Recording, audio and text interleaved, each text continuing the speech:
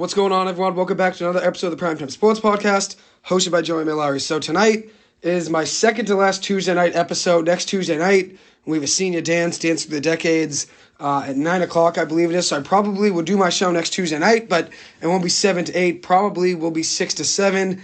In the next week or two, though, I'd like to do more episodes that aren't just in the Tuesday 7 to 8 slot. I do have a lot of people I'd like to get on before I do get out of here, which my last day of classes was a week ago from tonight. So I've been out of class now for, I guess 5 days from tonight. It was last Thursday, actually, my last day of class. But I had my two finals today. One final Friday. I've had a busy last few days. Had a paper due Monday. Had two exams today, 9 o'clock and 12 o'clock.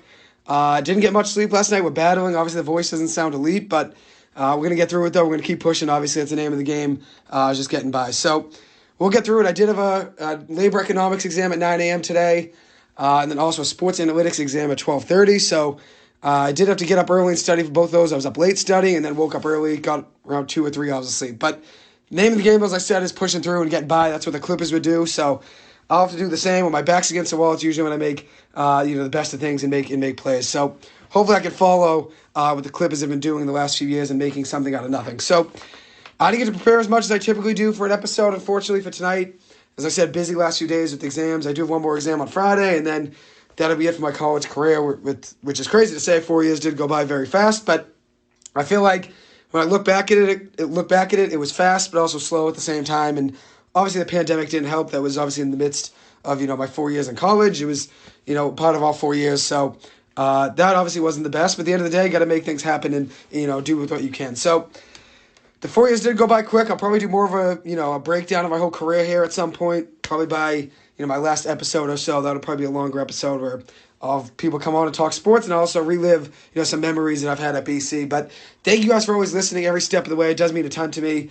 Coming in here on every Tuesday night, 7 to 8 o'clock, truly is a pleasure. And even though I did a lot to do, as I said, this week with the two exams and waking up and only had 2 hours of sleep, last night, and you add in, not really getting much, many breaks during the day to eat and everything.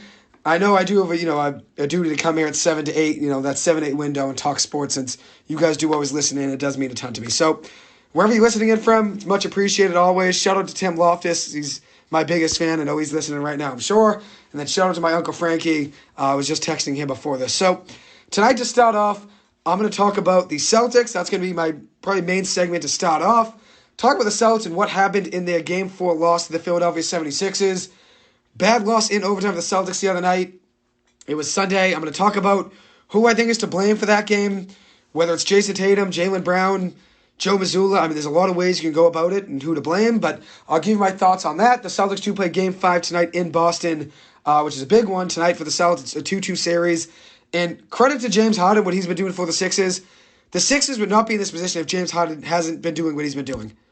If James Harden decided to sit back and say, Joel Embiid's out Game 1, and then Game 2 he's not playing his best, and he decided to sit back and just relax and use the Joel Embiid's my excuse, the Sixers wouldn't be where they're at. I mean, James Harden has been ridiculous this series for the Sixers. 42 points, 8 rebounds, 9 assists, a block, and 4 steals last game on Sunday. Shooting very efficiently from the floor as well. 16 to 23 from the floor, 6 of 9 from 3. Very efficient game for Harden overall. Embiid was great too, 34 points, 13 rebounds, 4 assists, and a block.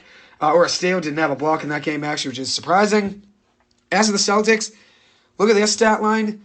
You look at it, right? 116 to 115, that was the final score. But you look at the Celtics box score, right? And you see 9 to 20 for Jayson Tatum from the floor. You see 10 to 16 on the floor from Jaylen Brown. So Jaylen Brown had a pretty efficient game shooting-wise. Tatum was 1 of 6 from 3. Obviously needs to be better than that. Tatum was great on the glass. 18 rebounds, 6 assists, 4 blocks, a steal, 24 points. Tatum had a pretty good game defensively and was great in the glass, I said. Jaylen Brown, 23 points, 3 rebounds, 5 assists. You look at their stat lines, it's a decent game. Good game for both of them. Obviously, they've had better games, both of them. They've both gone for 30 and 35 in the same night in the playoffs a handful of times now over the last 2 seasons in the playoffs. But you look at the Celtics in the fourth quarter the other night, Jaylen Brown and Jayson Tatum were non-existent. Non-existent for the Celtics. And this is stemming from last year in the NBA Finals. Even in the Eastern Conference Finals last year versus the Heat. Jayson Tatum and Jaylen Brown disappearing in the biggest moments, and rather than taking the big shots, if you're as good as everyone in Boston likes to talk about them, in what they are, if they're as good as what people say, being the best young duo in the NBA, why does Marcus Smart take all the big shots? And I know a lot of people come at Marcus Smart and say, why is he taking 6 shots in the fourth quarter the other night? He was 2 of 6 from the floor in the fourth quarter, 2 of 5 from 3, 4 of 4 from the free throw line, which is pretty good, 3 assists and 10 points in the fourth quarter the other night. Pretty good fourth quarter for Marcus Smart. Obviously 2 of 6 isn't great, but did a big and one in there, hit a big 3, had 10 points in the fourth. That's pretty good. Tell me why, though, Jaylen Brown and Jayson Tatum, rather than taking the biggest shots, they would rather be passing the ball to Marcus Smart in the biggest moments. And this isn't just a Sunday thing. This was last year as well in the NBA Finals. When Jayson Tatum and Jaylen Brown were non-existent with all their turnover woes in the NBA Finals last year, Marcus Smart was the one taking the big shots. And I know people love coming at Marcus Smart on the radio and they say, why is Marcus Smart taking the biggest shots? Well, why is Jayson Tatum driving and then kicking out to Marcus Smart with 2 seconds left in the shot clock when the ball's still in Tatum's hands? So by the time it gets to Marcus Smart, there's less than a second left. Of course Marcus Smart's just going to have to throw that shot up. I mean, there's no option. He's the only one on the team that has the guts to take the biggest shots. Jayson Tatum and Jaylen Brown, that is on them. And I'll talk about Joe Mazzulla in a second. He is definitely to blame. But Jayson Tatum and Jaylen Brown cannot get away with letting Marcus Smart take all the big shots. They cannot get away with that. As the superstar of the team, Jayson Tatum, and then Jaylen Brown's a very good sidekick. I would rather build around Jaylen Brown. I think Jaylen Brown's a better player. I think he's more of a team player, but I know most Boston fans are going to go the other way and say Jayson Tatum's better, which we'll have our opinion on him. I'm not the biggest Jayson Tatum fan, which I'm sure as you guys know. But you look at that fourth quarter. Tatum did have 6 rebounds, 2 assists, and 2 blocks. Pretty good defensively, as I said, and good in the glass. Just 4 points, though. 0 of 1 from 3, 1 of 3 from the floor. Jaylen Brown, 1 of 3 from 3, 1 of 3 from the floor, and just 3 points in the fourth quarter. That's crunch time. That's when you need the Celtics to be picked up by Jaylen Brown and Jayson Tatum. Which the Celtics did a really good fourth quarter. Don't get me wrong. They outscored Philly 24-15 and were down heading into the fourth quarter and it did tie the game. So I'm not saying everything was wrong in the fourth quarter with Jayson Tatum and Jaylen Brown. What I'm saying is in the big moments, 3 to 4 minutes to go, for some reason Marcus Smart is always the one taking the big shots. Jaylen Brown, Jayson Tatum, I know they're not going to be listening to this, but I know there are a lot of fans out there that are listening that are Celtics fans right now. I mean, these guys are definitely to blame, though. Definitely to blame. And Marcus Smart was great, as I said, hit some big shots. Hit a big 3, drew a big foul, hit a big couple free throws, hit another 3-pointer with about 2 minutes to go. The Celtics were down by 4. The Celtics were up by 1. His 3 puts the Celtics up by 4 with 2 minutes and 52 seconds to go. Then he hits another 2 big free throws, putting the Celtics up by 2 with 51 seconds to go. But the Celtics down by 2. Or tie game, excuse me. Tie game. It's 107-105 Celtics. Then James Harden hits a big 2-point jump shot. 16 seconds to go. As James Harden's been doing now this series a ton. Hit a big shot early in the series in Game 1. Hit a big step-back 3. And then same thing in Game 4. Hit a big shot here to give the Sixers a chance to send this game to overtime. And obviously it works out for Philly at the end of the day. But hits a big shot, 16 seconds to go. The Celtics, rather than Joe Mazzulla calling timeout, says, we're going to let the Celtics run it. Don't call a timeout like most coaches would in the NBA, and let's just run it.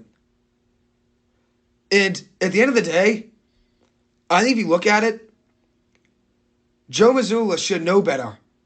By all of the woes the Celtics have had late in games, the entire season, in the last few minutes when he hasn't called timeouts, he should learn, okay, the Celtics have worked better in certain situations not calling timeout, but in this one, let's call a timeout.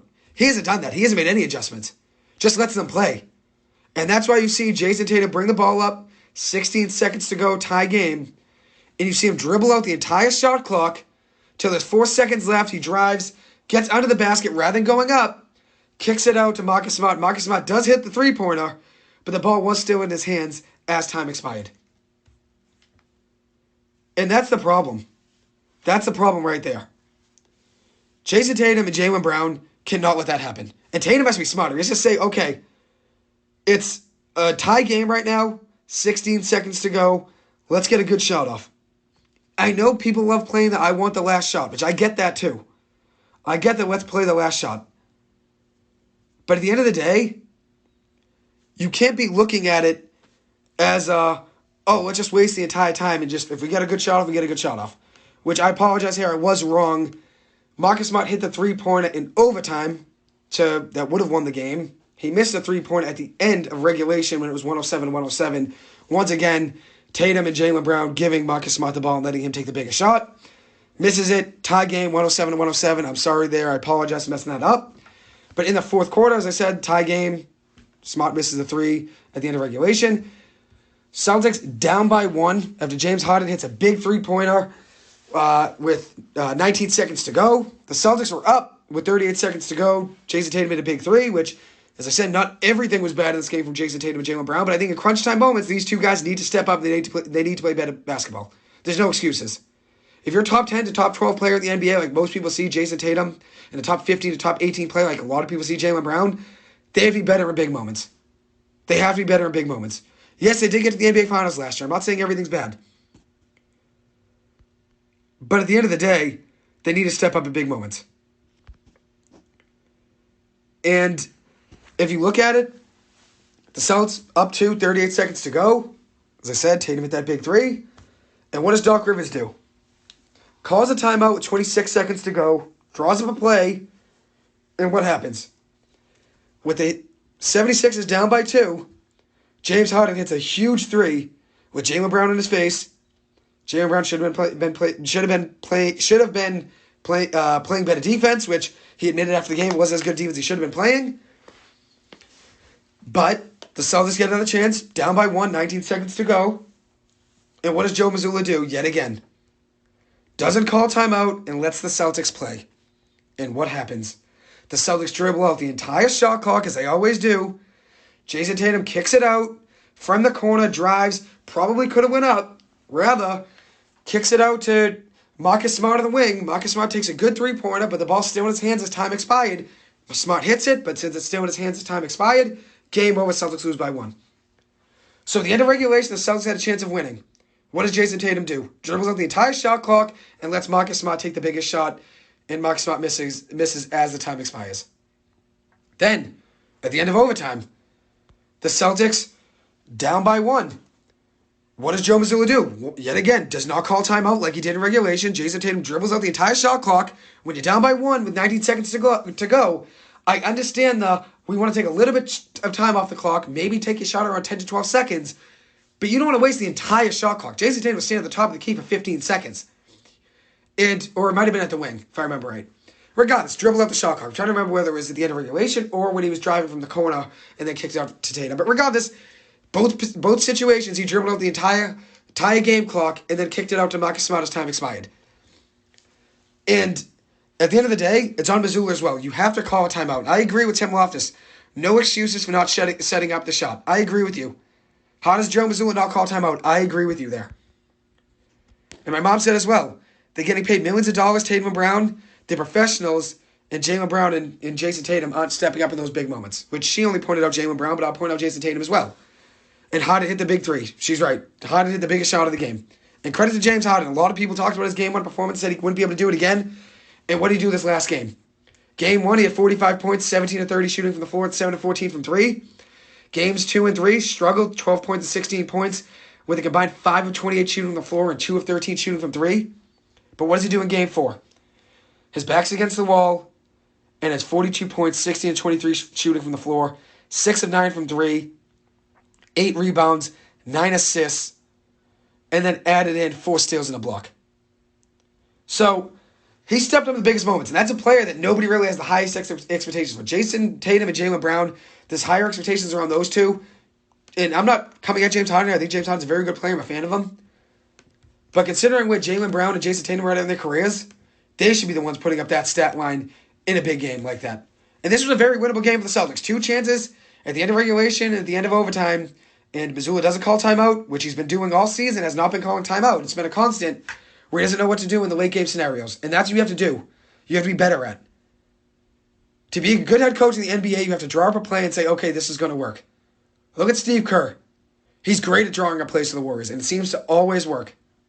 Even if they lose the game, I mean, there's always a shot that they get off. They always play smart in late game scenarios. I mean, it'll happen here and there. They had a turnover last night late in the game with, under 5 seconds to go. I believe it was Steph Curry had a turnover. But most of the time, they're pretty polished late in games. Mazzulla has to do better, though. He has to do better. And there's no excuses there.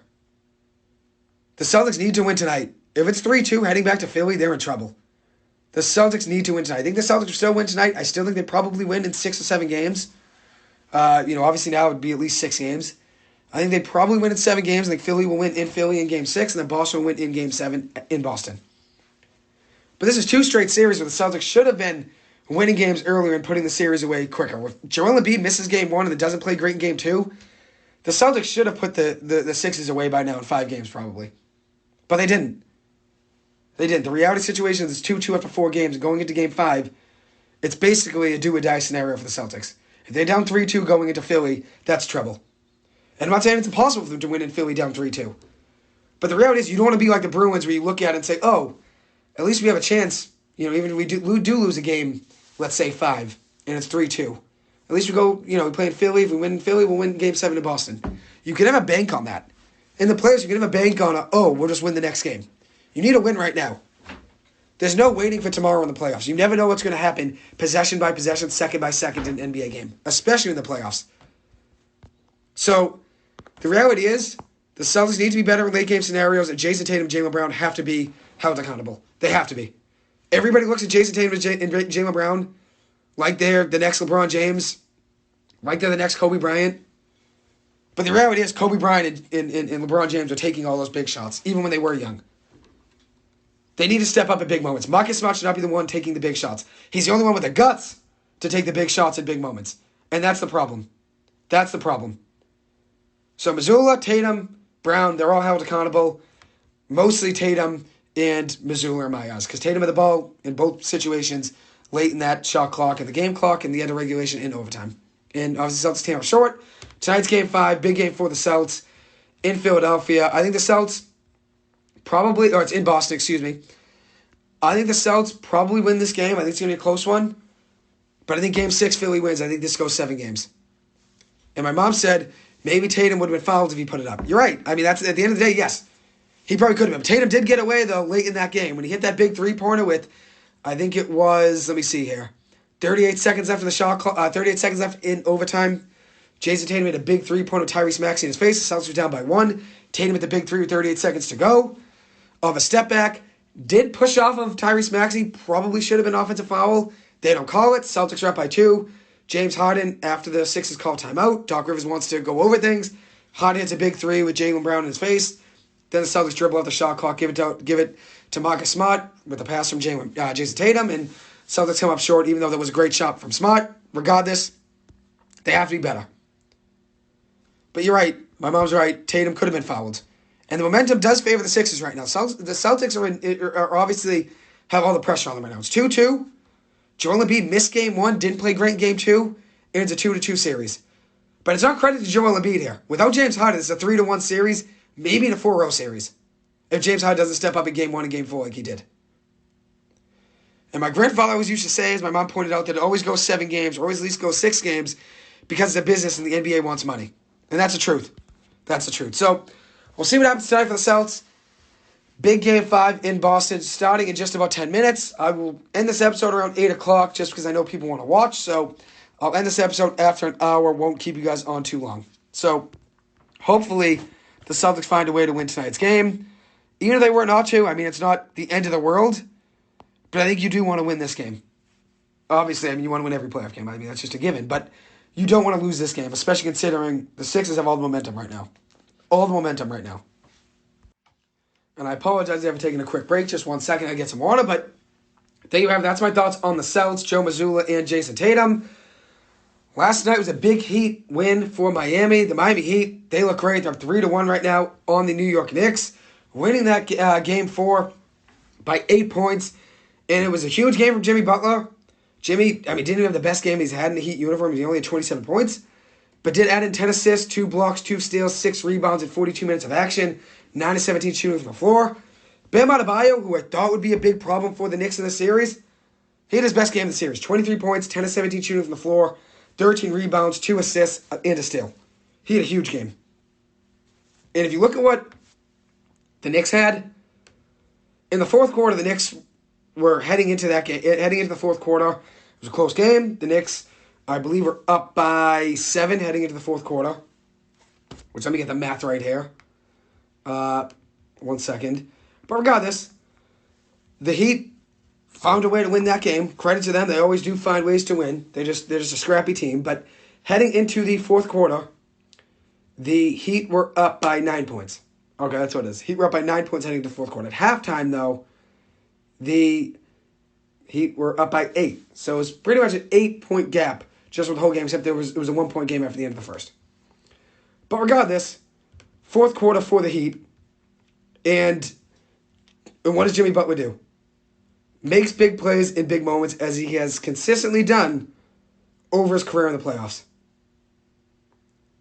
7 points, 3 of 6 shooting from the floor in the fourth quarter, 2 rebounds, and a steal, and an assist, and a block. No steal, I apologize.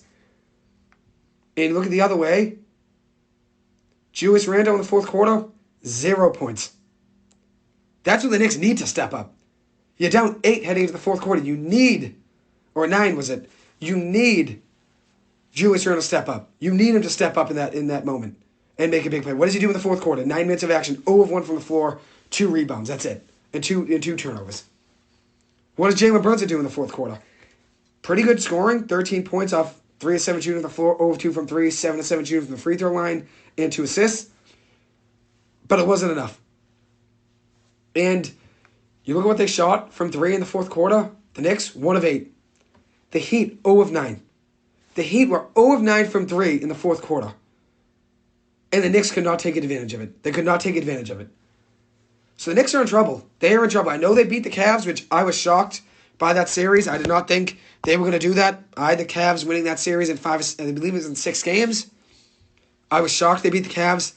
But the Knicks do have a lot of weaknesses. They have a ton of weaknesses. Jalen Brunson, 10 of 21 from the floor in the game, 2 of 7 from 3, 32 points, 11 assists, 4 rebounds in the game, 5 fouls and a turnover.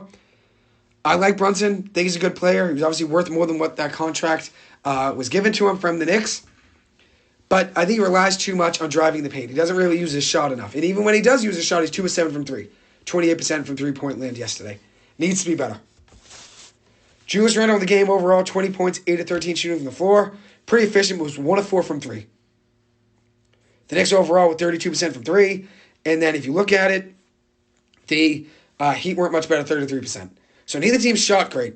And that's when the Knicks have to take advantage of it. They have to see a Heat team that doesn't have Tyler Hero healthy. They don't really have that many great shooters. Besides Max Strus was 4-10 from 3. Nobody hit more than 2 threes on that team yesterday for the Heat. So, at the end of the day, the Knicks are in trouble. I mean, they're going to notice, okay, they don't have Tyler Hero. Jimmy Butler's obviously going to be a problem. Let's just try to contain Jimmy Butler to the best of our ability and try to see what happens. Don't let Jimmy Butler beat us. Let's see if Strus can beat us. Which Strus had a good game yesterday, 16 points, 4-10 from 3. But the Knicks are in trouble. They're in trouble. And I think they relied too much on the Julius Randle when he gets back, he's going to hit the big threes. Well, Julius Randle hasn't been shooting great. He hasn't had a great playoff series at all. And for that matter, hasn't really had a great playoff run in the last few years. His career in the playoffs, 16.7 points per game off 34% shooting from the floor, 27% shooting from 3 with 8 rebounds, or 10 rebounds and 4 assists. What has he done this year in the playoffs? Between the Cavs and the Heat series, 15.9 points per game, 23% shooting from 3, and 37.5% shooting from the floor, averaging 8 rebounds and 4 assists. So Julius Randle has to be better. He has to be better. He's got to be held accountable there. Talking about Tatum and Brown on the Celtics, Julius Randle has to be held accountable. But with that being said, credit to Jimmy Butler, what he's been doing for the Heat. Jimmy Butler's been putting on a show. Credit to Jimmy Butler, what he's been able to do. There's not many players in the NBA that could step up in big moments like Jimmy Butler has. And as I said, Jimmy Butler, I talked about it before the playoffs started, which Timmy Loss pointed out he doesn't like the Heat, which I know a lot of Celtics fans don't. I think the Heat are going to give the Celtics trouble next round. If that's what the matchup is looking like it's going to be. Celtics obviously got to get through the Sixers first, and the Heat still got to win another game. But if that's a matchup, it's trouble for the Celtics. And I know a lot of people saw that play-in tournament and said, "Great, the Hawks beat the Heat. Now we don't have to worry about the Heat because the Heat are going to play the Bucks." Well, what happened? Giannis goes down, has a tough injury, misses a couple games. The Heat take advantage of it. Even with Tyler Hero out, they win that series. What happens in this series? Julius Randle misses a couple games, still without Tyler Hero, and Jimmy Butler steps up, makes big moments. I think the Heat are going to give the Celtics trouble. The Celtics have avoided them to the best of their ability, and they want to play them until the Eastern Conference Finals, which is a win for the Celtics, because the Celtics could have played them out of the gate and played them in the first round.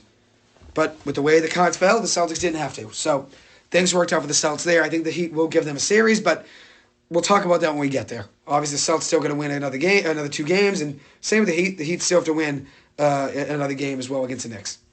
And as I always say, anything can happen in the playoffs. But with that being said, what Jimmy Butler did against the Celtics last year was ridiculous in the playoffs. In that Eastern Conference Finals, we went 7 games, which the Heat have now played the Celtics in the Eastern Conference Finals 2 of the last 3 playoffs.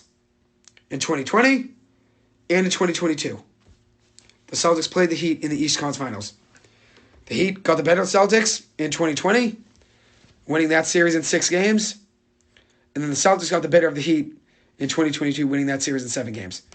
But what Jimmy Butler did last year in the 7-game series, averaged 26 points per game, 89% shooting from the free throw line, 29% shooting from 3, wasn't really that great shooting from the 3, but 47% shooting from the floor, 2 steals, 0.7 blocks per game, 7 rebounds, 3.4 assists, in 36.4 minutes of action, including 2 games over 40 points, including a do-or-die game 6 at Boston, where he played 46 minutes and had 47 points, 9 rebounds, 8 assists, 4 steals, a block, only 1 turnover, 11-11 shooting from the free throw line, 4 of 8 shooting from 3, and 16 of 29 shooting from the floor.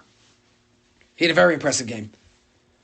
And we know what Jimmy Butler's capable of. He had a 56-point game in Game 4 against the Milwaukee Bucks in the first round. 56-point game of 19 of 28 shooting from the floor. With 9 rebounds, 2 assists, and a block. 56 points. In the playoffs, 8 games this year, 33.5 points per game, 5.1 assists, 1.6 steals, 0.8 blocks, 6.4 rebounds, 77% shooting from the free throw line, 39.4% shooting from 3, has been great shooting from 3, and 56% shooting from the floor, which is elite. So the Celtics don't want to play the Heat. But point being, what I'm saying, the Celtics still have to get there. Nothing's guaranteed. The Celtics still have to win another game. Another 2 games, that is. I mean, they got to win tonight. You got to win 1 game at a time. Really, just a 1 game at a time mentality. But we'll see what happens to the Celtics at 7:30 is that game. As to the other series, the Lakers went up 3-1 last night. Huge fourth quarter from Lonnie Walker at the quarter of his life last night for the Lakers off the bench. 6 of 9 shooting from the floor, 1 of 3 from 3. Adding in 2 rebounds, 1 steal, and 15 points in the fourth quarter. The Warriors only had 17 points in the fourth quarter. Lonnie Walker had 15 on his own in the fourth quarter. 6 of 9 shooting from the floor from Lonnie Walker in the fourth quarter.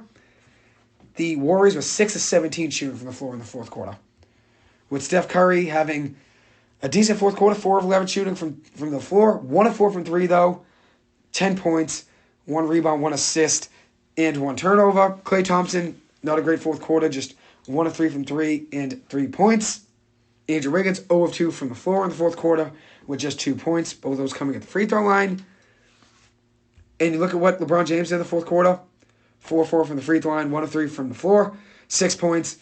Davis, only 2 points. Anthony Davis only 2 points in the fourth quarter with 4 rebounds, 1 of 2 shooting from the floor. But the story of that game was Lonnie Walker in the fourth quarter. He gave the Lakers a 3-1 lead. So we'll see what happens. Game 5 will be, I believe, tomorrow night. And that game will be in Golden State. Golden State's been better at home anyways, but that's tough. That's tough. They got punched in the face, now they got to wake up. Tomorrow night at 10 o'clock at Golden State. And then the other game is the Miami Heat versus New York Knicks. Tomorrow night at 7:30, the Heat looking to put away the Knicks. And then the Lakers are looking to put away the Warriors. So we'll see what happens in both those series. And the last series, Game 5 of the Denver Nuggets and Phoenix Suns series will be tonight. Denver is home. Denver losing each of the last 2 games. It's been tough for them. Losing 129-124 at Phoenix in Game 4. And then 121-114 in Game 3 at Phoenix. Game 4 was just a tough outing for the Nuggets overall defensively, giving up 129 points. Couldn't really stop Kevin Durant, 36 points, 11 rebounds, and 6 assists, adding in a block and 2 steals, 11-19 shooting from the floor. Devin Booker was on one, 36 points, 12 assists, and 6 rebounds, adding in 14 of 18 shooting from the floor and 3 of 4 shooting from 3. Nikola Jokic had one of the best playoff performances over the last few years, 53 points off 20 of 30 shooting from the floor, adding in 11 assists and 4 rebounds and a block. But that wasn't enough. Jamal Murray even had a good game, 28 points, 5 rebounds, 7 assists, 13 of 25 shooting the floor, and 1 of 3 from 3. But the reality is Devin Booker was just on one last night. Or this is 2 nights ago now, I apologize. Devin Booker was unstoppable. And I was wrong about Devin Booker. I mean, I was saying that I wasn't too worried about him.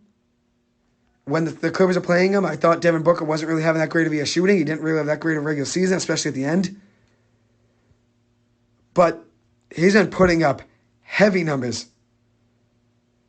Over this playoff run, he's averaging 36.8 points per game, 7.4 assists per game, 5.1 rebounds, 61% shooting from the floor, and 51% shooting from 3. 62% shooting from the floor and 37 points per game. The efficiency is unreal. Unreal. And you look at what he's doing it with. Obviously, he has Kevin Durant around him, but DeAndre Ayton hasn't really been helping much offensively. And Chris Paul's hurt. A lot of it's in on Booker. If it's not Durant, it's on Booker. And Booker's been showing up and putting up big numbers. So credit to Booker. I was wrong about him. And I counted him out. When the Clippers are playing him, I wasn't as worried about him. He had some big games against the Clippers. And I know the question with James Harden when he had the big game 1 was, could he do it again? And he didn't do it in games 2 and 3. Devin Booker's been putting up big numbers each of the last 4 or 5 games for the Phoenix Suns. He's been stepping up in big moments. So that's always a question. Can he do it again? And he's been on a run. Probably the hottest he's been in his whole entire career has been the last 4 games. Honestly, the whole playoffs, run in general. But the last 4 games, honestly, the whole playoff run. I'm looking at his stats. It's honestly the whole entire playoffs. The lowest he scored in a game was 27 points. Is averaging 37 points per game, 51% shooting from 3, 5.1 rebounds, 7.4 assists, 2 steals, and 0.9 blocks, in 42.5 minutes of action. And he has to do it, considering the Nuggets the Suns don't really have the depth. And Okogie and Torrey Craig haven't been putting up the numbers that they were putting up against the LA Clippers. A lot of it's on Kevin Durant and a lot of it is on Devin Booker to step up. And what did Okogie do against the Clippers? In that Clippers series, had a couple big games shooting. Was 4-7 shooting from the floor in Game 5. Overall in that series, averaged 6 points per game. Doesn't sound like a lot, but he had some big daggers in those 6 points per game. Was 91% shooting from the free throw line, 43% shooting from the field. But what has he done in this series? Total in this series, he only has 10 points. He only has 10 points in this whole series. He had 11 points in Game 5 versus the Clippers. He only has 10 points in this whole series. He's only averaged 2.5 points per game in this series in 17 minutes of action and shooting 38.5% from the floor, and he is 0 of 5 from 3 in the series. 0 of 4 from 3, I apologize. And then you look at Torrey Craig. Another guy that only averaged 7.4 points per game in the regular season off 39.5% shooting from 3. But against the Clippers, came up big in some big moments. Against the Clippers, games 1, 2, and 3, averaged, I think it was 19 points per game, 18 points per game in those 3 games, between 1 and 3, 22 points, 17 points, and 15 points in the first 3 games.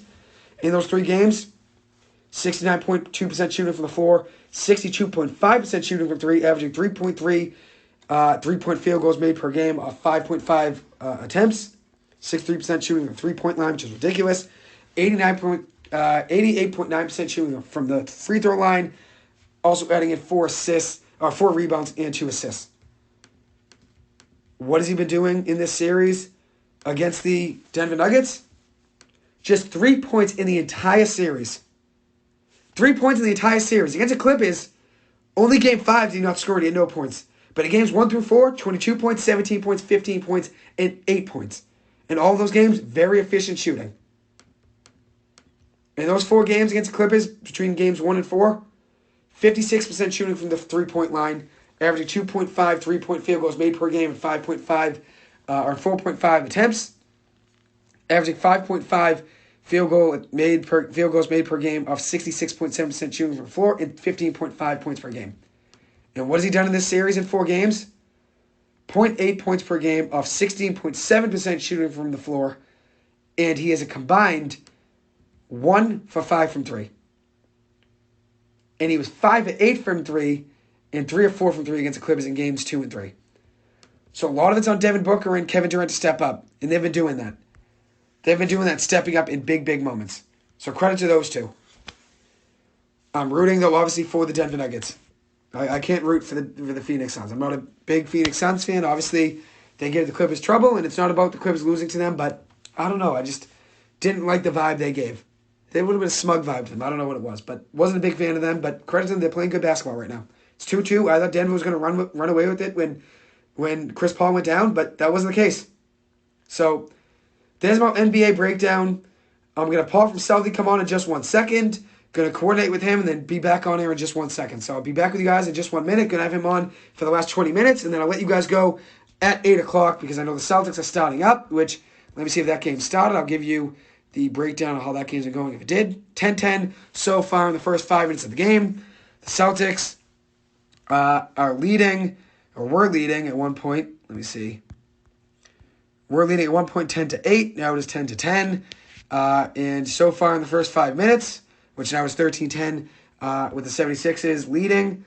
It is 13-10, and the Celtics are led by Marcus Smart with 6 points, 2 of 2 shooting from the three-point line.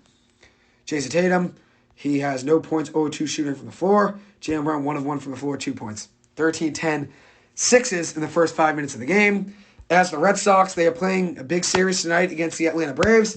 The Braves pitching for the Red Sox is Nick Pivetta. He's already in a jam. It's 3-0 Atlanta in the bottom of the first inning. Atlanta's a good baseball team. They're 7-3 in their last 10 games, 24-11 overall on the year. They're one of the best teams in baseball, probably the first and second best team in the game. Besides the Rays, I think the Braves are probably the second best team in baseball. The Red Sox are going to have their hands full. If they could just split this 2-game series, that's a win. If they were to win this 2-game series, that'd be unreal. But obviously that's wishful thinking now with the game being 3-0 in the bottom of the first. But if we split this series, I'll be impressed. Even if we don't, the Red Sox being 21-15 and winning 8 games in a row at one point, that was very impressive. Sweeping Toronto, 4 games, taking 2 or 3 against Philly, taking 2 or 3 against Cleveland. All those series were impressive. And credit to Jarren Duran and Connor Wong. They came up big. Masataka Yoshida's been one of the best hitters in baseball. Credit to those guys for coming up big in big moments. And even if the Red Sox were to lose these 2 games, I don't lose confidence in them. As I said, last week, I think it was, or maybe in an episode I recorded on my podcast over the last week, I mentioned I went out to dinner to the Stockyard restaurant in Brighton with Tim Loftus, his wife, my mom, my dad, my sister Mira Rose, my brother Paul. And heading into that dinner, the the Red Sox lost 4 straight games to Tampa Bay in Tampa Bay. And they're facing the LA Angels in a series opener on that Friday night. And I said to them, I don't know what it is. I haven't lost confidence in the Sox. I don't know what it is. I still have some confidence. Maybe it's because it's a long season. Maybe it's because I think they're going to play better baseball. Maybe it's just because I'm a fan of them and I want them to do well and I'm just giving a little bit of a biased opinion, which I try not to do. Try not to give a biased opinion. I try to give you my honest opinion. But I said there's something about the Sox team. I think they're going to still play good baseball. I think they're going to be either a game in the playoffs or a game out of the playoffs. And right now, they're 21-15 in the best division of baseball. So credit to them. Anyways, I will get Paul from Celtic on in just 1 minute here. I'll coordinate with him and be back with you guys in just about 45 seconds. Give me a second here. And here we are back with Paul, the sports encyclopedia, the sports wizard. How we doing, Paul? Thank you for coming back on. Doing well tonight, Joe. Good show so far. Much appreciated. Thank you. I didn't know if it was going to be one of my better ones considering had a rough last day or so, with work and everything, having a paper due yesterday and then also adding in 2 exams today at 9 and 12 back-to-back. So it was tough to really get the hang of things, but as I always say, you got to be like the Clippers, and when your back's against the wall, you got to make something happen. So I get that from you, I think. Got to be a dog. Got to be a dog like the Clips. So we'll start out with the Kentucky Derby. Obviously, I had you on over the weekend, right before the Kentucky Derby, and one of their horses you liked, Mage, because I think you liked it, the jockey, did come out as the winner winning the Kentucky Derby with 15-1 odds and came with the winner. What do you see in Mage? I think it was the jockey, correct? You got to give, Javier Castellano. I believe he's won more races than any jockey in history.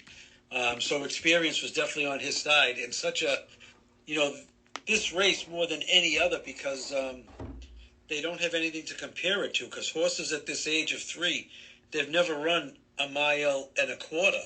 Yeah. So you don't want to have them burn out too early and then have no kick in the stretch. So you saw what Mage did in the stretch. He battled from mid-pack and he cruised to victory. Yeah, he did. I mean, I was honestly shocked. I don't think I had any of my predictions.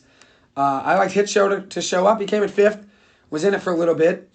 And then also I know Tapper Trice you're a big fan of, and I even like Tapper Trice as well, and just didn't pan out. Wasn't his race. No, I don't know what happened to him. I have to see a replay of the race and see if he. Sometimes you get strung out. You get forced wide.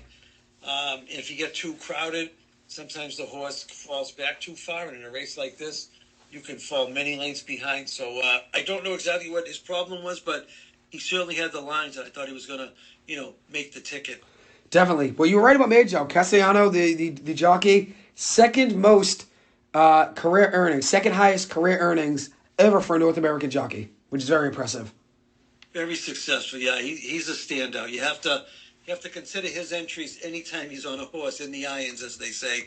When he's in the irons, you got to give his horse a good look. Definitely. So the order of finish went Mage, 2 fills. I know you like 2 fills. I liked Angel of Empire as well. You like 2 fills to place, and he did place, obviously. That was obviously big. And I think, Mom as well had 2 fills in there. But 2 fills did well. And then Hit Show came in 5th. I thought Hit Show was going to be in the top 3, but I'll still take, a 5th place there. He did at least show a good run. Tim Loftus did point out Palmdose's horses, so he gives a little credit there.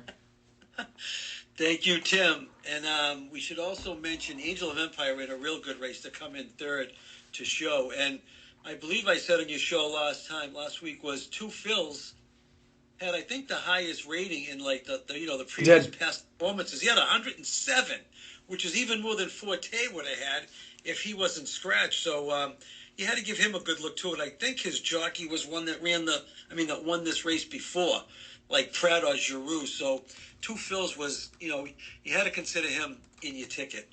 Definitely. It was Jareth Loveberry was the... I got the wrong horse. But Loveberry, though, right? He's up and coming. Yeah, you know your jockeys well. But it was surprising, though. Obviously, Forte being down, that was obviously tough. He had a foot bruise, so he did not race. So Tapper Trice was supposed to be the guy and came in 7th. But like you said, Angel of Empire finished strong. 2 fills in a good race, and credit to Mage. So you know your horses, though, better than anyone I know. Well, we got to get ready for the Preakness a week from Saturday, and I heard today that Forte will be out of that race as well with the injury, and they're going to point to the Belmont, which would be I think the first Saturday in June. Yep. On there, so he really needs the rest because he's still a super horse, and I believe Mage's ownership said that he was going to run the Preakness. So a lot of times, if we look forward to the Preakness, the second jewel of the crown, you got to consider horses that didn't run the Kentucky Derby because this is a 2-week turnaround. We're talking from Kentucky to Maryland in the Preakness, so sometimes that's not a lot of time off for every horse. 100%, I agree. So it's June 10th. Is the Belmont Stakes. So they get an extra week, but still, it is, as you said, might not be enough time even then. Right. But you know your horses, though, so it's a good thing to have you on. I appreciate you talking that. So what would you rather move on to? Or do you have anything else to add on about the horses? Nope, just looking forward to the Preakness. There you go. Yep. Okay, I got you. I was going to say, if you want to make any predictions, but the field isn't out yet, correct? No, it's not going to be out until the Wednesday before, so it's a week from tomorrow. Okay. Today's Tuesday. You're right. Yep. A week from tomorrow. You'll know who's in it. Got you. All right, so what would you rather move on to? Would you rather talk Sox for 5 minutes and then talk Celtics 5 minutes, or rather go vice versa? No, I'll go to the Sox. I gave up on them after that Tampa sweep, and I usually don't do that. But you got to give this team and the manager a lot of credit for coming back. I think they got one of the best comeback records in the league this year, trailing early and then winning games. And, the lineup is scoring runs, like they own them. Everybody was hitting. I had a good feeling about Yoshida when I saw the ball jump off his back spring training. And I mean, think about it. This lineup is scoring runs with Duran, Wong. I mean, everybody's having like a career year in a way, and I can't wait for Duval to come back and Trevor Story to come back. And we're even getting decent starting pitching, and bullpen has been much better with Jansen, and Martin has been a little better than he's inconsistent sometimes, but and we got James Paxton coming back. So Yeah, he's coming back. He's going to make his debut soon. Yeah, we're playing a good team tonight, and I wouldn't count us out. Morton's a good pitcher, but I think we hit him once before. So yeah, I'm so glad the Red Sox are doing well, and I know you guys aren't big Bloom fans, but you got to think the additions he brought in when everybody was so down on them. Think about it. I mean, he signed Yoshida to a big deal. He looks like the real deal to me. Yep. Justin Turner looks like he's a player. Yeah, Turner's just on the end of his career. I think that's why most people are worried about him. As for Duval, he had a little bit of down year last year. Did suffer injuries. Didn't really have as much power as he typically would, but still showed he had the power. And then obviously Yoshida, translating from Japan, is not the easiest thing. But you look at what Yoshida's done over the last 16 games. 16-game hit streak, which is very impressive. And over that stretch, he's hitting .438, the .479 on base percentage, a .750 slugging percentage, a .1229 OPS, adding in 5 home runs, 18 RBIs. 28 of 64 over that stretch, which is nuts. The Sox are 11-5 over that 16-game stretch. The Sox in baseball are tied for the best record in baseball in the last 10 games with my Dodgers and the Rays, 8-2 in the last 10, all three of those teams. The Sox are tied for the third best record in baseball with the Dodgers and the Braves and the Rangers for the best record in baseball in the last 20 games, 13-7. And then the last 30 games, the Sox are tied for the third best record in baseball with the Orioles and the Blue Jays at 19-11. So it's a great stretch. And I know people on Boston Sports Radio are saying, oh, it's just a fluke, 10-game stretch. Well, it's not a 10-game stretch. The Sox have been playing a lot better baseball the last 20 to 30 days. It's not a fluke because they sweep Toronto 4 straight? Swept Toronto 4 straight. Took 2 or 3 from the Phillies. Took 2 or 3 from Cleveland. I know Cleveland's not that great this year, but they were a playoff team last year, and they always turn it up towards the end of the year. Obviously, Terry Francona is a great coach. And then even if you look at this series, I mean, if you were to split with the Braves, that'd be a win. I mean, I know that hasn't happened yet, but if you split in this series, it'd be a win. Absolutely. I mean, we got lucky. Max Fried, their best pitcher, is going to miss us. He's going on the DL, I think. Morton's a wily old veteran, but I think like I always say, the second and third time around the lineup, that's when hitters take the advantage. So if somehow they can just stay close, put a run up here and there, I like their chances coming down the stretch. Guys like Winkowski, even Cutter Crawford, they've really stepped up and added depth to this rotation and bullpen.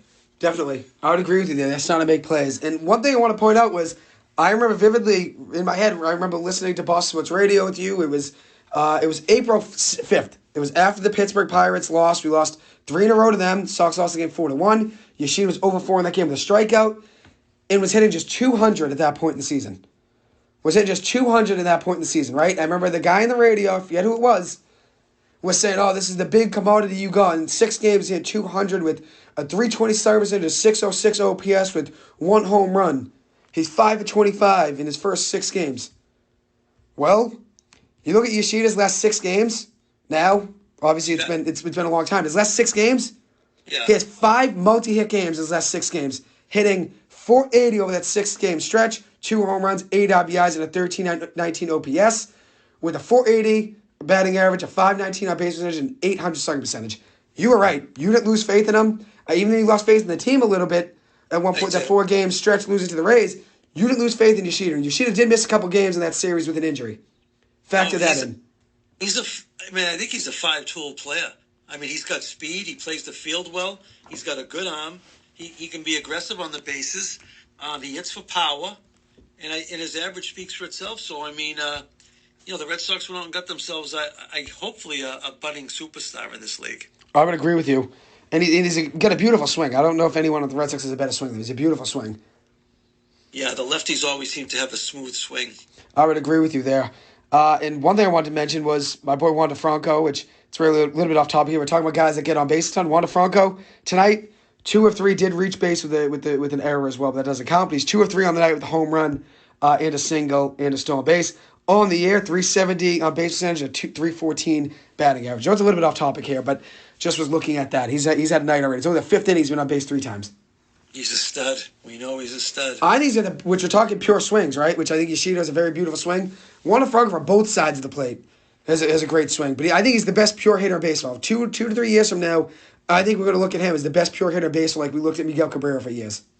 He has potential. You know who he reminds me of is Robinson Cano. See, Yep. every time up against the Red Sox when he was the Yankee, he got a hit. All fields too. I mean, Franco can hit it in any direction. Definitely. And if you look at his home runs this year, he has now 7 home runs on the season. In his first 2 seasons in the MLB, 7 home runs in his first year in 70 games, 6 home runs in his second year in 83 games, did battle injuries. So if you combine those 2 seasons, 2021 and 2022 since he came up, 153 games, 13 home runs, 72 RBIs with a 282 batting average. This season on its own, 7 home runs in 35 games. So he's going to crush that. He's going to crush the 13 home runs in 153 games this year. He's going to crush that. Good numbers. That's obviously a big help for the Rays there. So looking at the Sox now, it is still a 4-0 game here, but the Sox have bases loaded, 2 outs here in the top of the second inning, 3-2 count, 2 outs to Reese McGuire. You might be a second ahead of me. Wow. But it's 4-0 here, bases loaded, 2 outs, Reese McGuire at the plate. McGuire hitting .345, one of the best offensive catches in baseball. Credit to Bloom there. Called strike 3. Sox get out of the Braves get out of the inning. But they did threaten. Duran in that inning, what'd you say? Wait till next time we come up again. They'll go through the line and we'll get to Morton. Which, hey, Duran in that inning, single and stole second base, his 5th stolen base of the season. That's a guy I'd give up on. No, tremendous tools. What speed. He's hitting for power. He's hitting to center field with power. I mean, he hopefully can stay consistent. And he'll be a stud for us also. Yeah, we need him. He's got a great glove now. He's been playing better. I wouldn't say great. A better glove. He's still got a good glove. It's not great, but it's been better. Making plays he didn't make last year. And obviously, I think credit to him. I just read an article. I think it was from either Chris Cotillo or Chris Smith of MassLive.com. Can't remember who it was. But I read an article. I guess he went back to his old high school in California, which where he grew up. I think it was, let me see. Grew up in California, Long Beach, California, right? Went back to his high school the entire offseason and would just shake fly balls. Would shake fly balls with the high schoolers and would just practice day in and day out with that team to get better. So this kid wanted to win. He wants to be better.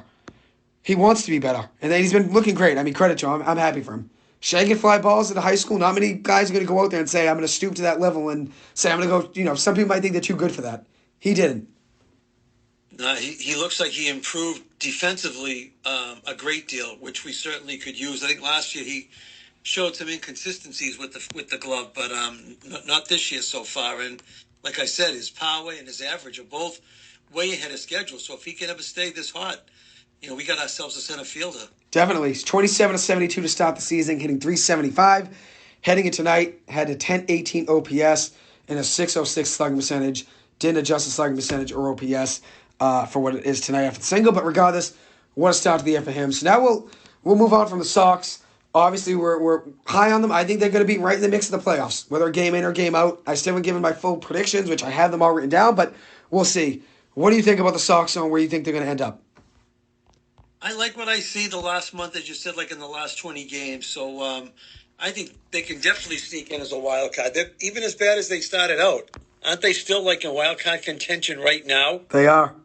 I think, they might even have a spot. And we know how, that 4-game series against Tampa, the 3-game series against Pittsburgh, that shattered me. But I think they're a wild card team, and they could be dangerous in a playoff series. 100%. I would agree with you there. So now we'll move on. We'll talk about the Celtics really quick. Obviously, Game 5 is already underway. Boston is home in this game. Celtics are down 33-26 after 1. In the first quarter, Jaylen Brown, 9 points, 4-6 shooting from the floor. Jayson Tatum, just 2 points, 2 rebounds, 3 assists, 0 of 5 from the floor, and 0 of 3 from 3.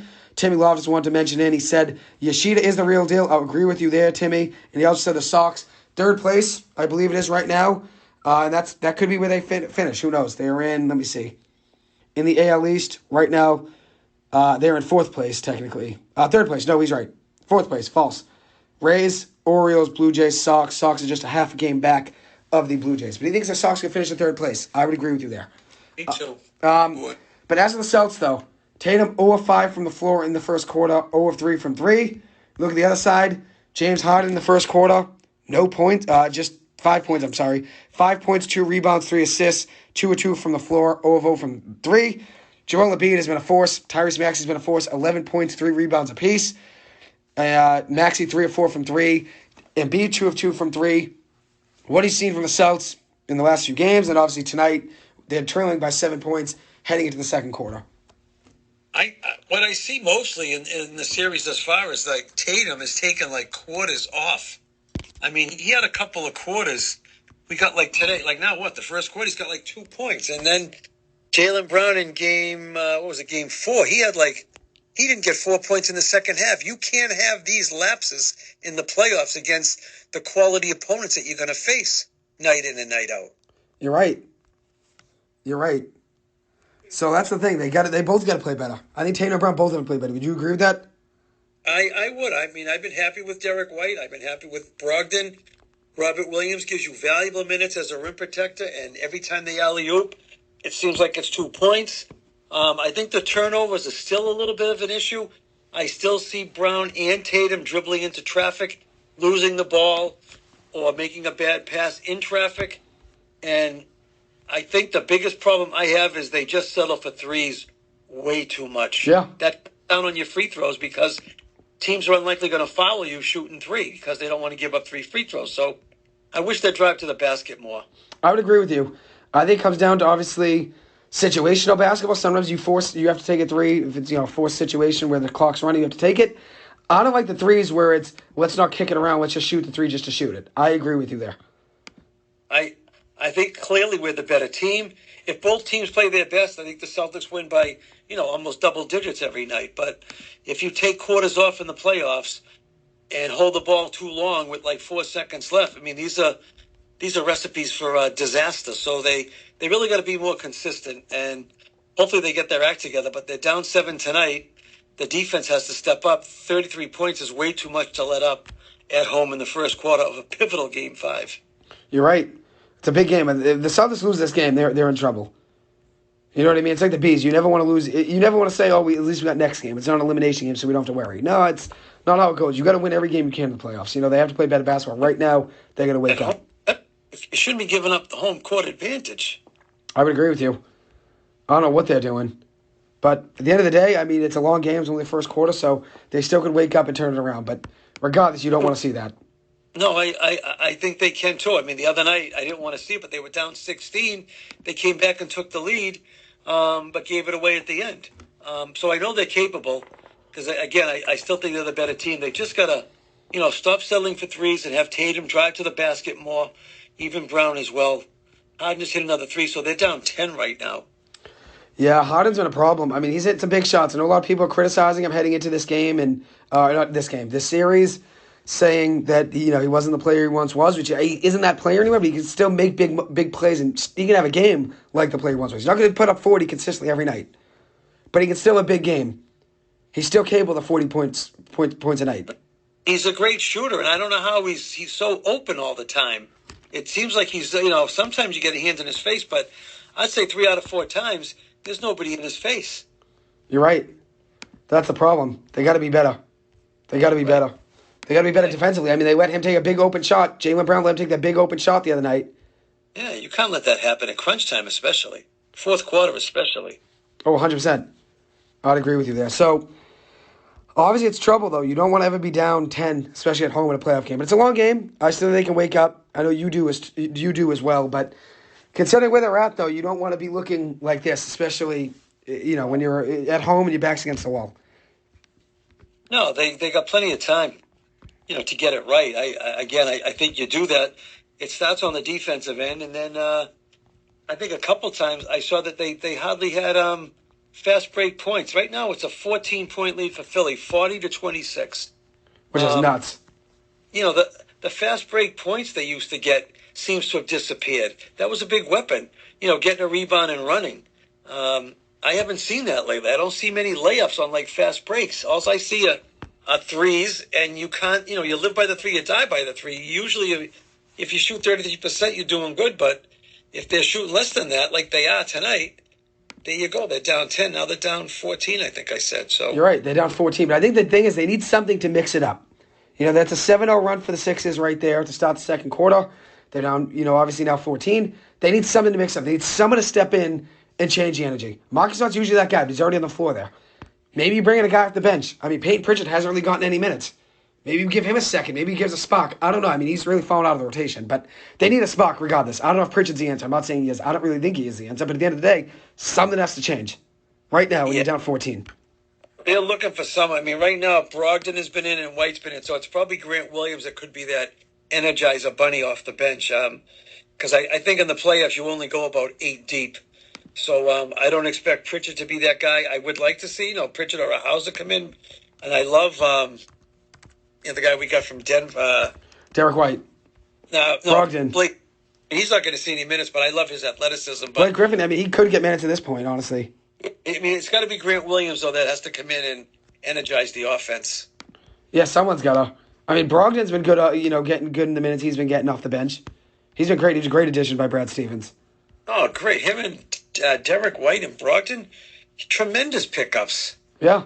No, they've been playing good basketball, but right now they need someone to step up. And Tatum obviously hasn't been doing much in this game. I know it's early, but just 2 points from Tatum, 0-6 from the floor, and 0-3 from 3. You can't have that. You can't have that.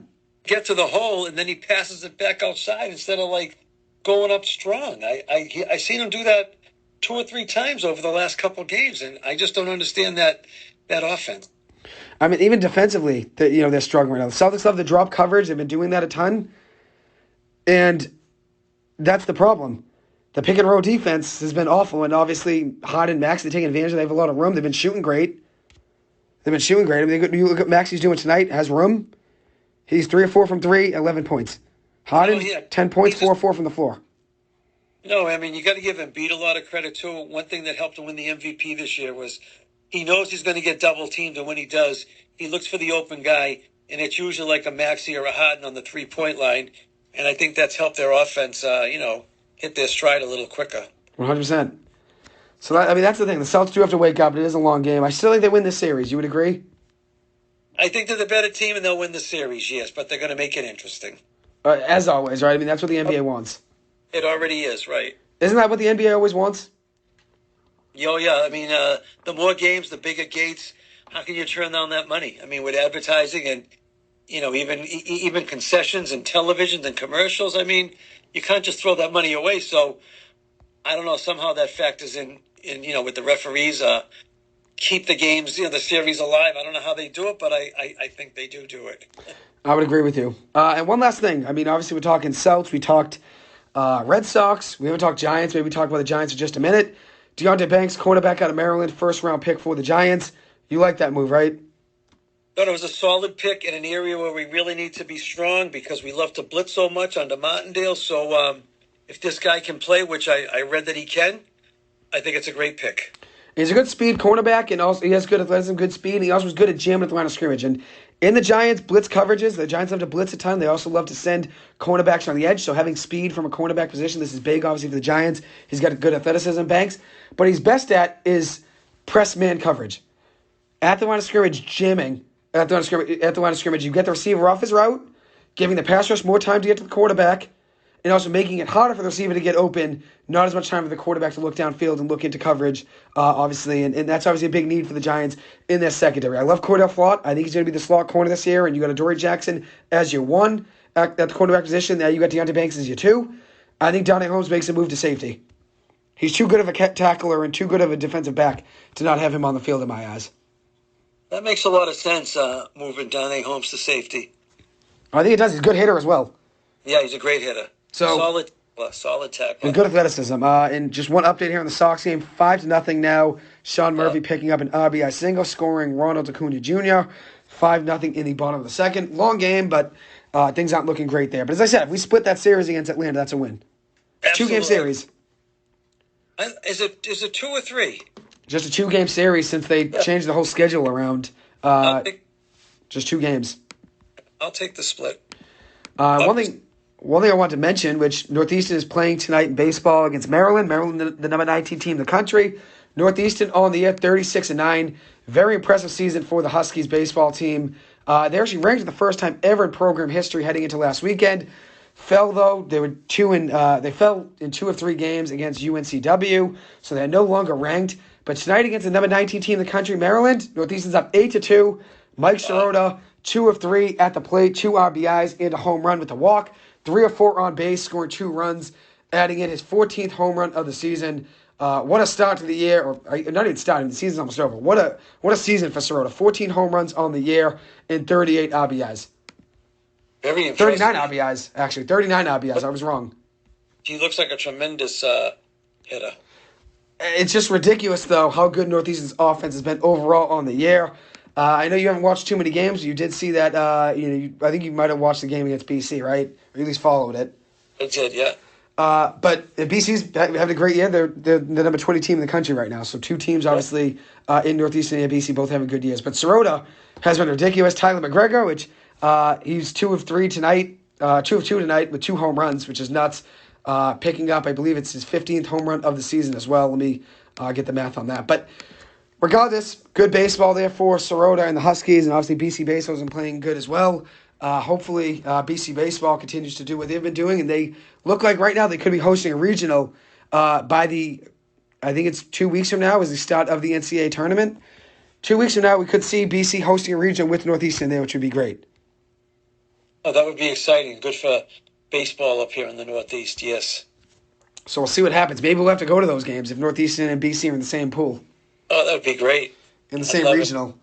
I know you'd be there watching. So, anyways, one last thing I want to mention about the Giants. I know I got a little bit off topic there, but the Giants we were talking about very briefly. Deonte Banks, good draft pick there. What do you think's going to happen with Saquon Barkley?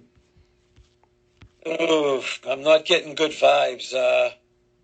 I wouldn't be surprised if we lose him after this year. I mean, he has to sign that. What did we offer him? A franchise tag? $10 million franchise tag. Yep. I mean, so he has to stay here for the 1 year for that. Am I correct? Yes. Unless a team wants to pick him up, they trade you 2 first-rounders, which no one's going to do. Yeah, so I wish he wasn't. He seems like he's unhappy, and we're only talking a difference of maybe $1 million or $2 million. I think it was $14 million. The Giants are only giving a road 12. I value him at 3 years, $39 million. That's what I value him at. Maybe 20 guaranteed. Why can't they compromise and make 13? He's such a weapon. I mean, you saw him when he was healthy this year. He's a game breaker. And Daniel Jones is a lot better with him in that lineup, right? Daniel Jones needs him in there. Oh, yeah. He's such a great weapon, even out of the backfield. Even when he doesn't run, he catches passes, is explosive. You're right. That's the problem. They got to figure something out there with that contract. But as of now, things don't look great there, though. They don't look great. No, I think there's a chance he might be gone. He might sit out.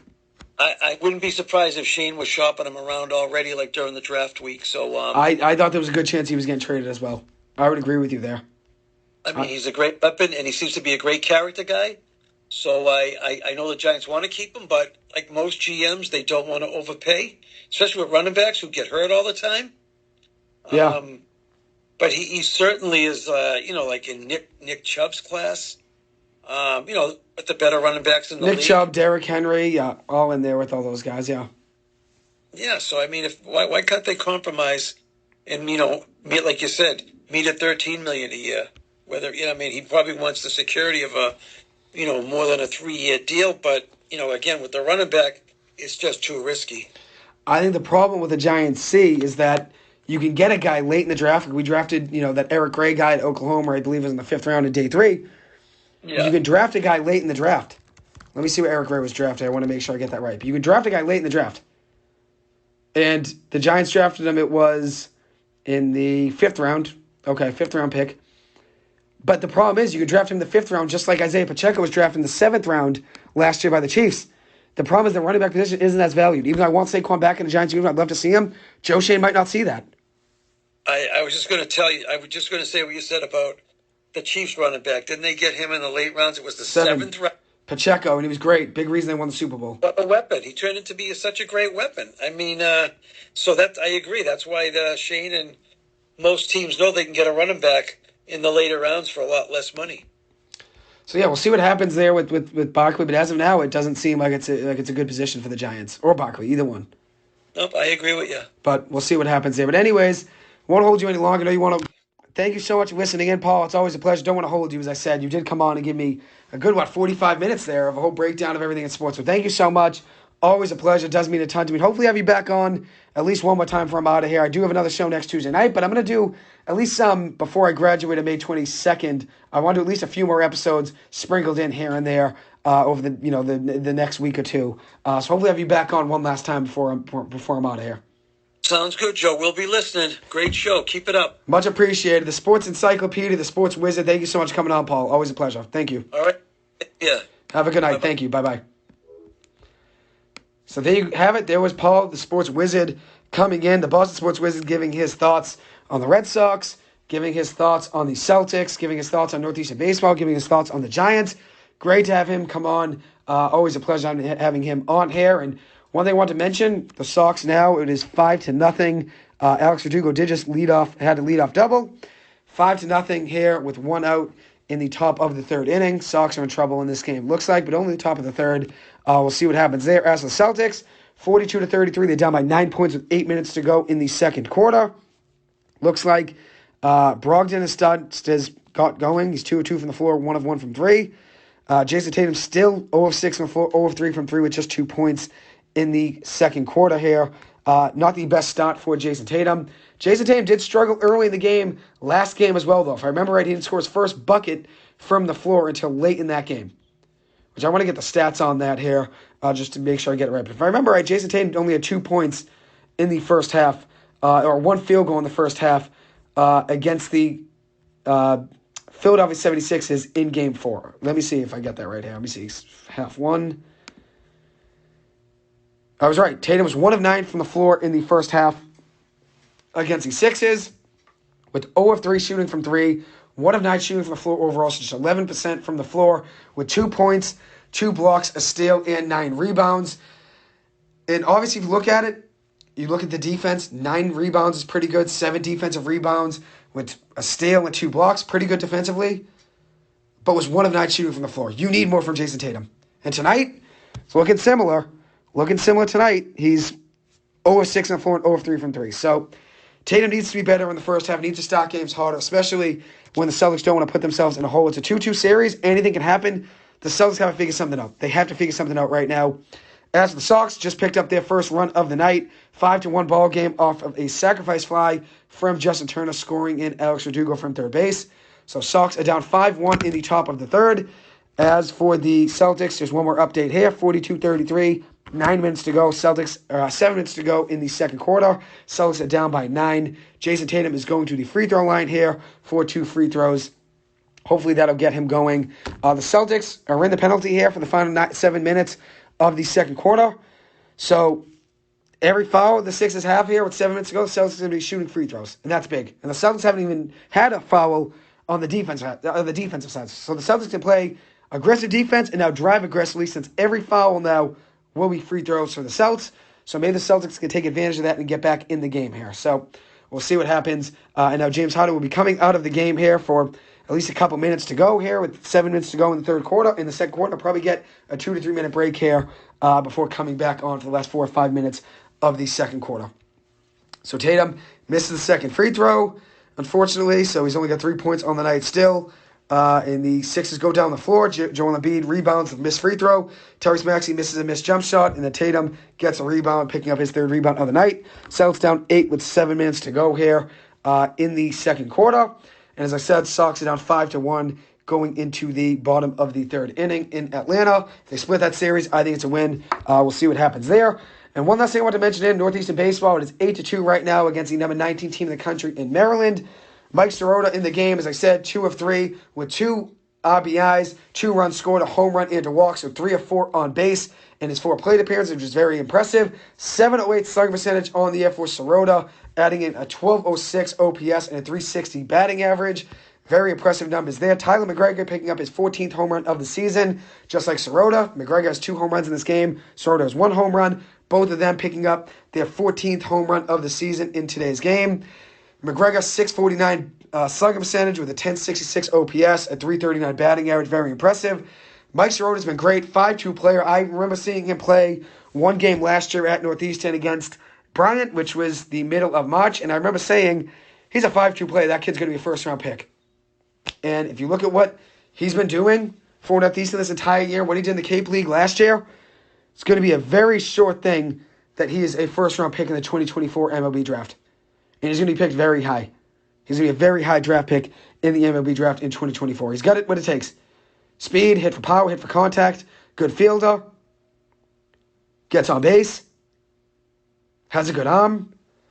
Everything you need in a leadoff hitter Mike Sirota can do. So, excited to see where he lands in the future. Still got a year to go before he's draft eligible, but obviously that's big for Northeastern baseball. As for Towson baseball, which they played Northeastern in the series a few weeks ago, and Northeastern was ranked after that series, but Towson gave them a run for their money. They had a doubleheader on that Friday, which shout out to my buddy Ken Vallis. Obviously, considering Northeastern won that series 3-0, Towson's not going to be happy about that series. But there was a lot of good things in that series. Towson lost game 1, 6-5, lost game 2, 12-8. Game 2 just slipped away from them. Towson was actually leading late in that game, 9-8, after a 2-run 7th inning and a 5-run 8th inning. Jordan Payton had a big 3-run home run, gave them a 1-run lead heading into the bottom of the 8th. But then things fell apart for them, giving up 3 runs at the bottom of the 8th after Mike Sirota 2-run home run. And that was when things went downhill for Towson, losing that game 12-8 on the first game, or the second game of that Friday afternoon doubleheader. So a 1-run game, a 4-run game that was really a 1-run game before Northeastern had a 3-run 8th inning. And then in the last game of the series, Northeastern was losing in that game 4-2. Towson had the lead going into the 6th inning. Northeastern picked up 1 run in the 6th and 3 in the bottom of the 7th, winning that game 5-4. I saw a lot of good things out of that Towson team. A ton in that series. And since that series, they took a midweek win against Georgetown, took 1 of 3 against William & Mary, and now they are playing a good team in University of Maryland, Baltimore County, which, let me get their stats open here. But they're beating them pretty handedly.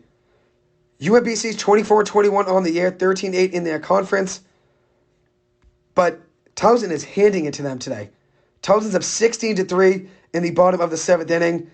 First baseman transfer from the University of Arkansas, Race Curnane, is 3 for 3 at the plate with 4 RBIs and a walk. He's 4 for 4 on base, adding in 2 home runs and a double in today's game, which is wild. What a stat line there for Curnane. Career day for him, which obviously coming at a good time. And then leadoff hitter James Moses for the Towson Tigers, 2 of 4 at the plate with 2 runs scored and an RBI.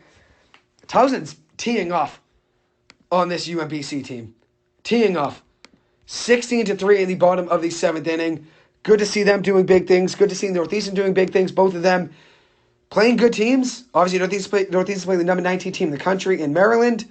Being up 8-2 is unreal in the bottom of the 6th inning.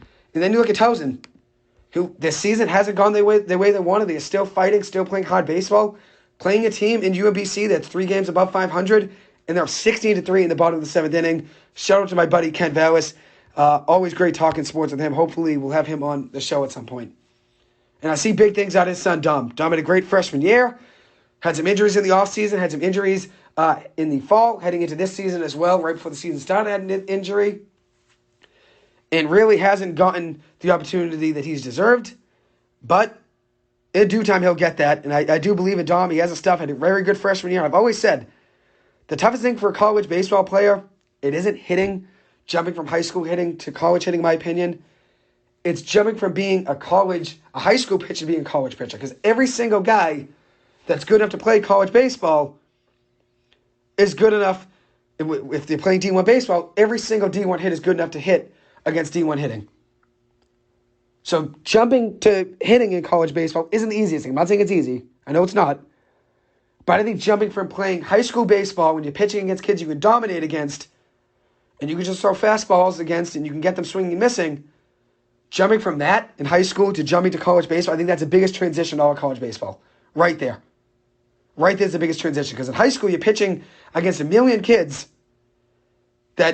or a good amount of kids that probably won't play Division I baseball. But then you jump to playing college baseball, and it's a big transition because every kid in college baseball can hit a 90-mile-an-hour fastball. But not every kid in high school baseball can hit a 90-mile-an-hour fastball. But every kid in college baseball can. So that's why I don't think hitting in college baseball is as big of a jump as it is in pitching. And credit to Dom. Dom had a very good freshman year. had ERA under 4, was a very good pitcher for them last year, just hasn't really gotten the opportunities that he's deserved yet this year. But I think he's going to get it. And I talked to him already, and I said to him, hey, you keep your head up, your opportunities are going to come. He's got good stuff, had a really good freshman year, and I said, what you can always build on is knowing I had a very good freshman year, and I can get back to that. The injuries obviously aren't great. But you don't get anywhere in life just by getting everything handed to you. You got to go through adversity. You got to get things, that go against you. You got to be facing adversity and have things not go your way to learn. You don't really get anywhere in life just by winning always. You have to learn to lose before you learn to win. You have to learn to lose before you learn to win. And that's one thing I think Darnay Holmes, a New York Giant, preached very well in a clip that I saw on his Instagram. Which if I can get that clip open here, I'll give you guys a quick breakdown. Just give me 1 second to let me see if I can get it. Looks like I can. Here we go. Yeah, most definitely. It rough in the beginning? Yeah, most definitely. Cops on the bank were up. Remember the night when cops got shot 7 times? Hey, damn, it's gonna make sense. At the end of the day, there's beauty in that darkness. You gotta find out what it is. You feel me? Because everybody get caught up in, I don't want to lose, or I don't want to seem foolish to the... Apologize there. Just cut out of that for 1 second. I'm just going to go right back to it. But that's Darnay Holmes, New York Giants cornerback, talking about some rough goings in his life when he was younger. And obviously his father was shot 7 times. Horrible situation. His father is a big reason he made it to the NFL, though. And his father's still alive and able to watch him flourish as a New York Giant, which is great. But he talks about the adversity he had to face growing up. And I'm just going to go back to that clip right now and just finish it. You got to find out what it is. You feel me? Because everybody get caught up in, I don't want to lose, or I don't want to seem foolish to the world. At the end of the day, those times where you're losing, you actually getting better. And understanding that the bad gonna come. And that's inevitable. The bad gonna happen day in and day out. Life niggas say, hey, I don't know when it's gonna come, but when it's come, I'm prepared for it. It was rough in the beginning? Yeah, most definitely. Cops on the bank. So there you go. There's Darnay Holmes, New York Giants cornerback. Me and my dad already talked to him tonight. Earlier in the episode, we said he's going to make the transition to safety, keep him in the Giants lineup. Deserves to be in it. But that message right there, I listened to a ton this past week, and I played it here because I thought it was great for everybody to listen to. And if anybody couldn't hear it, I apologize there for static. I do have a screen recording of it. I can send it your way. If anybody's interested, let me know. But the best quote of that is, when you're losing and you think you're losing, you're really winning because you're learning how to lose and you're learning how to adjust and figure things out. And he's right. There's beauty in that darkness. We're all going to have tough days. As I said, today wasn't my best day. Waking up after 2 hours of sleep and having an exam at 9 o'clock and then jumping into another exam at 12 and struggling in both exams, even though they didn't go as well as I wanted. Both of them are very math heavy. And regardless, I can't really make excuses here. I should do better than I probably did in those. But regardless, having 2 exams in one day isn't easy. When you don't eat, you don't sleep, no rest, it's hard. But like Darnay Holmes said in there, I mean, at the end of the day, there's beauty in a lot of the struggles. When you're getting stronger and you're getting tougher at the end of the day. So I can send that clip anybody's way if anybody's interested in hearing it. That was a great message for everybody to hear. At the end of the day, Darnay's right. So one last thing to mention in here, it's 16-4 now, bottom of the 7th inning. Towson is winning. John Cristino, the catcher for Towson, he is 2 of 3 on the day with 5 RBIs, 2 home runs, and a walk. What a great day for him as well. I remember Ken Vallis pointed out that he was a good player, and he's right. I mean, that kid's having a great day there for the Towson Tigers at the plate. He's a great catcher as well. And then for Northeastern, they're up 8-2 now in the top of the 7th inning. Big game for Northeastern baseball. Hopefully this gets them back in the conversation to be ranked. They were ranked for the first time in program history, which is very impressive. 36-9 on the year. Very impressive record. As for the Celts, 51-41. They are down now with 2 minutes and 25 seconds to go in the second quarter. Jayson Tatum picking up a bucket there on a cutting dunk, 51-41, picking up his 8th point of the game and picking up his 2nd field goal of the game, which is good there. He's 2 of 9 from the floor. It is now 52-41. Joel Embiid just hit his first free throw. Horford, Tatum, and Derek White, though, and this is according to Gary Washburn here, just saw a tweet from him, they're combined 0 of 11 from 3. Horford, White, and Jayson Tatum. 0 of 11 from 3. 0 for 4 from Tatum, 0 for 2 for White, and 0 for 6 and 3 for Horford. They got to be better. I mean, it's 53-41, 12-point game now with 2:25 to go in the second quarter. The Celtics got to get back on track. And going to the Sox now, it is a 5-1 ball game now in the top of the 4th inning. Sox are down. In Nick Pivetta so far in 3 innings, 5 hits allowed, 5 earned runs, 1 home run, 2 strikeouts, 2 walks, 67 pitches, raising his ERA on the year to 5.88, almost 6. So he's got to get back on track. Pivetta I had higher hopes for. He's a streaky pitcher, but hopefully he gets back for the Sox. They need it, obviously. But if they split the series, I think that'd be a win. Anyways, that will conclude this episode. Thank you guys so much for taking the time to listen to this. As always, I appreciate it. It does mean the world to me. You guys always listening in. This is my second to last Tuesday night episode. I'll be back in next Tuesday night. It'll probably be a little bit earlier of an episode. I do have a senior dance at 9 o'clock. So I'll probably be on maybe 6 to 7, maybe 5:30 to 6:30. I know it might not work for everyone there. I apologize. Maybe I can do 6:30 to 7:30. We'll see how things work out. As always, it will be uploaded on Spotify. It'll be uploaded on iHeartRadio, Amazon Podcast, Google Podcast, YouTube. It'll be uploaded on all those things there. So if you're ever not able to listen in, everything will be on there. If you ever want to listen in to an old episode, it'll always be there to listen to. But this is my last Tuesday night, 7 to 8 episode, 7 to 8 o'clock at night. I'm not really sure what the future holds. Not really too sure what I'm doing with everything after college, but I'll keep you guys posted on that. We'll see what happens. Maybe I could still do this radio show even over the summer. We'll see if I could still come in here and still produce episodes. But regardless, I'll still be doing my podcast uploads on the side, even if I'm not doing live episodes. Maybe I could do YouTube live episodes. Maybe I could do Instagram live episodes. There's a lot of alternatives I could do to continue, a live episode to keep you guys engaged. I do appreciate all the texts I always get. Maureen, I always appreciate you texting in. Tim Loftus, my mom, Uncle Frankie, I appreciate you guys always listening in, texting. It does mean the world to me, and always hearing you guys' feedback. So I appreciate that. And hopefully we'll have another few episodes. I do graduate. It was 2 weeks ago from yesterday, so I only have 12 days heading into tomorrow left here at BC, which is crazy to say. The 4 years did fly by quick, but I do want to have maybe 2 or 3 more radio episodes before then. I do have a lot of people that I want to get on that just didn't work out in getting on. It's been busy for me over the last few weeks with finals and everything. But no excuses. Want to get everybody on that I can. So I will keep you guys posted on that. I'll text you guys if things were to change. But next week it looks like I'll do the episode probably around 6 o'clock. But reach out to me if you have any questions about it. But as always, it's much appreciated. Thank you guys so much for listening in. It does mean the world to me. And having the opportunity to do this is something I don't take for granted. That's why, even though 2 hours of sleep and with all that to do today and having 6 hours of exams back to back, I looked at it and said I have the opportunity to go to the studio tonight and talk sports, which I love doing, and I have a platform to do so, and I have a great audience that listens in. So thank you guys all for listening in. It does mean a ton to me from the bottom of my heart. It's much appreciated. So quick shout-outs as I always do. Shout out to the O'Malley family. Thank you for always listening in. Shout out to Timmy Loftus and the whole Loftus family. Does mean the world to me. You always listen in. I don't think anyone's a bigger fan of the show. Shout out to Uncle Frankie, Teresa, Chris, and Frankie John. Much appreciated that you guys always listen. In. Shout out to my parents. Shout out to the sports wizard Paul from Southie. Shout out to my parents in general. Thank you guys always for listening in. Thank you for always supporting. Shout out to my siblings. They're a big fan of the show as well. Appreciate you guys always listening in. Shout out to the sports guru Mike Hurley. Shout out to Auntie Lisa, and shout out to the Key family. The Key family always listen in, and it does mean a ton to me, so thank you guys.